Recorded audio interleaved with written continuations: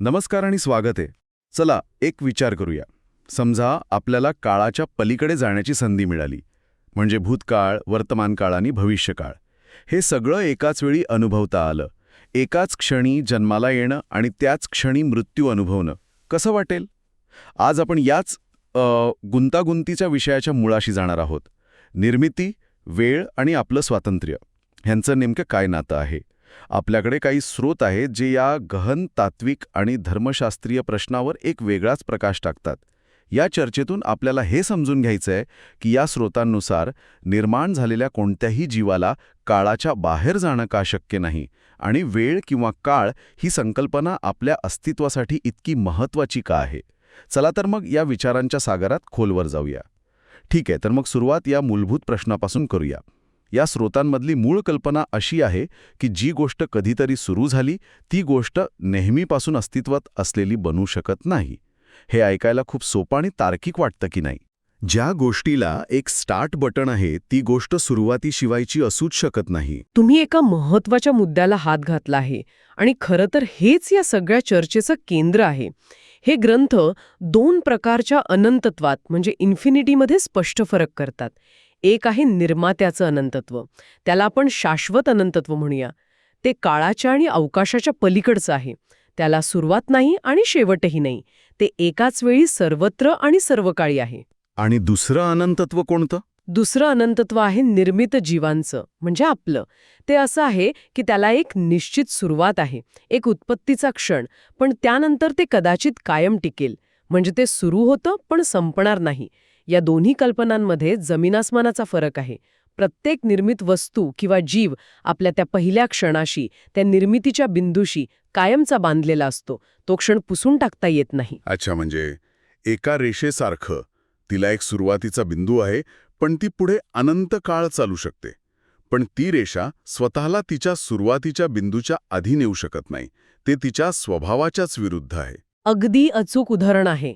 ती रेषा नेहमीपासून अस्तित्वात असलेली रेषा बनूच शकत नाही, कारण तिचा स्वभावच निर्माण झालेला आहे. आणि म्हणूनच स्रोतांनुसार एखादा जीव किंवा त्याची इच्छाशक्ती कितीही परिपूर्ण झाली, कितीही विकसित झाली, तरी तो काळाच्या पलीकडे जाऊ शकत नाही. तो त्या रेषेवरच, म्हणजेच अवकाश काळातच अस्तित्वात राहतो. ठीक आहे, हा तार्किक भाग समजला. पण चला थोडा वेळ नियम तोडूया. या स्रोतांमध्ये एक विचारप्रयोग करायला सांगितला आहे जो खूपच रंजक आहे. समजा हे शक्य झालं. समजा एक निर्मित जीव काळाच्या पलीकडे गेलाच, तर काय होईल? आणि इथेच गोष्टी खूप गंभीर आणि अनपेक्षित वळण घेतात. स्रोतांनुसार अशा जीवासाठी भूतकाळ, वर्तमानकाळ आणि भविष्यकाळ यातला फरकच मिटून जाईल. सगळं काही एकाच आतामध्ये घडेल. तो जीव एकाच वेळी त्याच्या आयुष्याच्या प्रत्येक क्षणात अस्तित्वात असेल.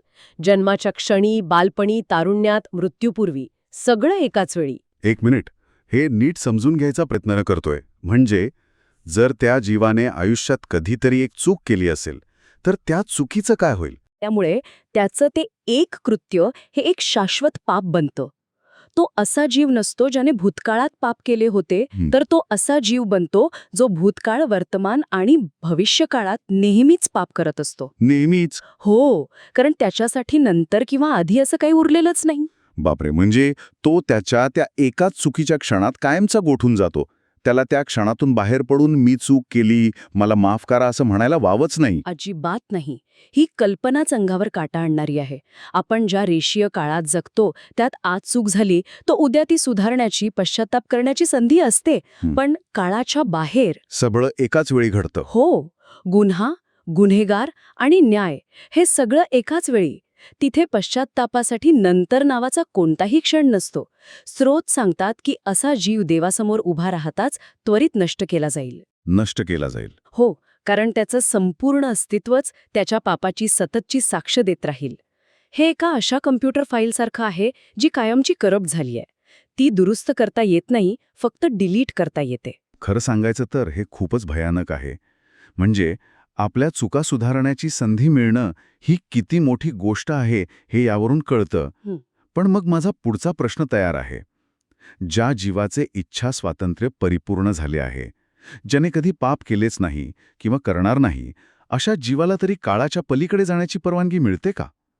आश्चर्य म्हणजे स्रोत म्हणतात नाही. असं का? बरोबर. आणि यामागचा युक्तिवाद खूप सूक्ष्म आणि महत्वाचा आहे. स्रोत सांगतात की निर्मित जीवाचं परिपूर्ण इच्छा स्वातंत्र्य हे केवळ अवकाश काळात, म्हणजे एका विशिष्ट नियमांच्या चौकटीतच परिपूर्ण असतं. ते एका विशिष्ट वातावरणात कमावलेलं कौशल्य आहे. शाश्वत अनंतत्वात, म्हणजे काळाच्या पलीकडे अस्तित्वात राहण्यासाठी अशा इच्छाशक्तीची गरज आहे जी मुळातच निर्दोष, सर्वज्ञ आणि सर्वशक्तिमान असेल. जी मुळातच इच्छा स्वातंत्र्य दिलेल्या जीवाचा स्वभाव नाही. तुम्ही बरोबर ओळखलत. ह्याला समजण्यासाठी स्रोत एक उदाहरण देतात. ते 2 प्रकारच्या इच्छाशक्तीत फरक करतात. याला आपण एका सोप्या उदाहरणाने समजूया. विचार करा, एक उत्तम जलतरणपटू आहे. त्याचं कौशल्य पाण्यात, म्हणजे एका विशिष्ट वातावरणात परिपूर्ण आहे. पण ह्याचा अर्थ असा नाही की तो शून्यावकाशातही तितकाच कुशल असेल. तिथले नियमच पूर्णपणे वेगळे आहेत. स्रोतांनुसार निर्मित जीवाचं इच्छा स्वातंत्र्य त्या पाण्यासारखं आहे. ते अवकाश काळात परिपूर्ण होऊ शकतं, पण देवाचा इच्छा स्वातंत्र्य ते शून्यावकाशातही टिकणार आहे. वाह, काय उदाहरण आहे. म्हणजे इच्छा स्वातंत्र्य देण्यात आले ही गोष्टच हे सिद्ध करते की तुम्ही एका व्यवस्थेच्या आत काम करत आहात, बाहेर नाहीये. जसं की बुद्धिबळाच्या खेळात एक खेळाडू कितीही कुशल झाला तरी तो पटाच्या बाहेर जाऊन खेळू शकत नाही. त्याचे कौशल्य त्या पटाच्या नियमांशी बांधलेले आहेत. नेमके हेच. आणि म्हणूनच जरी एखाद्या निर्मित जीवाने त्याचे इच्छा स्वातंत्र्य परिपूर्ण केले असले तरी ती अवकाश काळातील परिपूर्णता असते. ती त्याला काळाच्या पलीकडे नेण्यासाठी पुरेशी नाही. कारण काळाच्या पलीकडचं जग हे त्या शून्यावकाशासारखं आहे, जिथे अस्तित्वाचे आणि नास्तित्वाचे नियमही लागू होत नाहीत. त्या जगाला सामोरं जाण्याची क्षमता फक्त निर्मात्यामध्येच आहे. हे सगळं ऐकून डोक्याला मुंग्या येतात. एकीकडे काळाच्या बाहेर जाणं तार्किकदृष्ट्या अशक्य आहे. दुसरीकडे ते नैतिकदृष्ट्या विनाशकारी आहे. मग प्रश्न पडतो की या स्रोतानुसार देवाने आपल्याला या काळात अडकवून का ठेवले आहे? याचा उद्देश काय? हा एक तुरुंग आहे का जिथे आपण सगळे अडकलो आहोत? हाच या सगळ्या चर्चेतला सर्वात महत्वाचा आणि अनपेक्षित भाग आहे. स्रोत सांगतात की काळ हा तुरुंग नाही, तर एक प्रकारचं संरक्षण आहे, एक कृपा आहे. अपूर्ण जीवांच्या अस्तित्वासाठी ही एक आवश्यक अट आहे. थांबा, संरक्षण हे तर पूर्णपणे उलटे आहे. मला वाटलं होतं की काळ आपल्याला मर्यादित करतो, आपण म्हातारे होतो, गोष्टी संपतात. हे संरक्षण कसं असू शकतं? होय, संरक्षण. कारण काळ अंतिम न्यायाला स्थगिती देतो. तो एक बफर झोन तयार करतो. जसं आपण आधी पाहिलं, काळाबाहेर एक चूक म्हणजे कायमचे पापी असणे, पण काळात चूक सुधारता येते. विचार करा ना, आपण वेळ या शब्दाचा वापर कसा करतो. मला थोडा वेळ हवा आहे, वेळ सर्व जखमा भरते.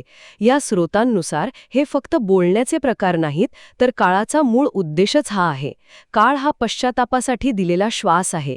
ती एक अशी जागा आहे जिथे चूक केली तरी आयुष्य संपत नाही. म्हणजे काळ एक सेफ्टी नेट सारखा आहे, जो आपल्याला आपल्या चुकांच्या अंतिम परिणामांपासून वाचवतो. अगदी तसंच, तो जीवांना त्यांच्या अपूर्ण निवडींच्या तात्काळ आणि अंतिम परिणामांपासून वाचवतो, ज्यामुळे ते शिकू शकतात, वाढू शकतात आणि शेवटी आपलं अंतिम ध्येय निवडू शकतात. स्रोतांचा दावा तर याही पुढे जाऊन खूपच धाडसी आहे. ते म्हणतात की काळाशिवाय पाप करण्याची क्षमता असलेला जीव निर्माणच होऊ शकला नसता. एक मिनिट, हे परत सांगा. काळाशिवाय पाप करण्याची क्षमता असलेला जीव निर्माणच होऊ शकला नसता. होय, कारण विचार करा, जर काळ नसेल तर निर्मितीचा क्षण आणि न्यायाचा क्षण एकच असेल. मग ज्या क्षणी देवाने असा जीव निर्माण केला, ज्याच्यात चूक करण्याची क्षमता आहे, त्याच क्षणी ती क्षमता त्याला शाश्वत पापी बनवेल आणि तो नष्ट होईल. अगदी बरोबर. म्हणून निवड करण्याचं स्वातंत्र्य देण्यासाठी आधी निवड करण्यासाठी लागणारी जागा आणि वेळ देणं आवश्यक होतं. वा, म्हणजे इच्छा स्वातंत्र्य देण्यासाठीच काळाची निर्मिती आवश्यक होती. काळाशिवाय निवडच शक्य नाही, कारण प्रत्येक संभाव्य चुकीची शिक्षा तात्काळ आणि अंतिम असेल. काळ हा एक असा मंच आहे जिथे चुकांना वाव आहे, शिकण्याला वाव आहे आणि शेवटी एका परिपूर्ण निवडीपर्यंत पोहोचायला वाव आहे. तो अपूर्णतेला अस्तित्वात राहण्याची संधी देतो. तर या सगळ्या चर्चेचं सार काढायचं झालं तर हे स्रोत एक प्रभावी युक्तिवाद सादर करतात. आपण म्हणजे निर्मित जीव हे मुळातच काळाशी बांधलेले आहोत आणि काळ स्वतःच एक तुरुंग नसून एक महत्त्वपूर्ण संरक्षणात्मक चौकट आहे, जी आपल्यासारख्या अपूर्ण जीवांना इच्छा स्वातंत्र्य वापरण्याची आणि अस्तित्वात राहण्याची संधी देते. आणि यातील सर्वात महत्वाची गोष्ट ही आहे की निर्मात्याचे अनंतत्व आणि निर्मितीचे अनंतत्व हे केवळ कालावधीने नाही तर स्वभावानेच भिन्न आहेत. निर्मित जीवाचे अस्तित्व त्या रेषेसारखे आहे जिला सुरुवात आहे, जरी ती अनंत लांब असली तरी. तर देवाचे अस्तित्व एका बिंदूसारखं आहे, ज्यात सर्व भूतकाळ, वर्तमानकाळ आणि भविष्यकाळ सामावलेला आहे. त्या एका बिंदूत सर्व रेषा सामावलेल्या आहेत. हा गुणात्मक फरक आहे, संख्यात्मक नाही. अगदी बरोबर. आणि याचमुळे निर्माण झालेली कोणतीही गोष्ट नेहमीपासून अस्तित्वात असलेल्या गोष्टीच्या पातळीवर कधीच जाऊ शकत नाही, कारण त्यांचा मूळ स्वभावच वेगळा आहे. अगदी बरोबर. या चर्चेतून एक शेवटचा विचार मनात येतो. तुम्ही मगाशी उल्लेख केला होता की काळाच्या पलीकडे एक शून्य अस्तित्वाचं क्षेत्र, रेल्म ऑफ नॉन एक्झिस्टन्स आहे, जिथे तर्काचे नियम लागू होत नाहीत, जिथे काळ मृत असणे आणि आज जिवंत असणे अशा अशक्य वाटणाऱ्या शक्यताही एकाच वेळी अस्तित्वात असू शकतात. पण आपल्यासाठी, म्हणजे निर्मित जीवांसाठी, भूतकाळ वर्तमानकाळ ठरवतो आणि वर्तमानकाळ भविष्यकाळ, सगळं एका सरळ रेषेत घडतं. मग हा विचार मनात येतो की जर आपली कल्पनाशक्ती आपल्याला या इतर शक्यतांची, या अशक्य वाटणाऱ्या वास्तवाची कल्पना करू देते, जे आपल्या काळाच्या नियमांमध्ये बसत नाहीत, तर मग काळाने बांधलेली आपली चेतना आणि काळाच्या पलीकडच्या त्या अथांग वास्तवाची शक्यता यांच्यातील नात्याबद्दल हे काय सांगते?